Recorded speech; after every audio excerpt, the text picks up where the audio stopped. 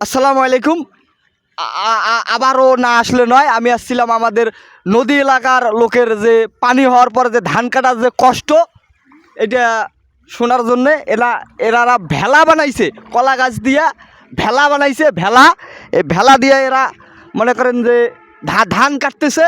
তাদের কাছ থেকে আমি শুনবো। বড় কষ্ট এই ধান আবাদ করিয়া এলা তলে গেছে, খুব কষ্ট হওয়া লাগছে ধান কাটা।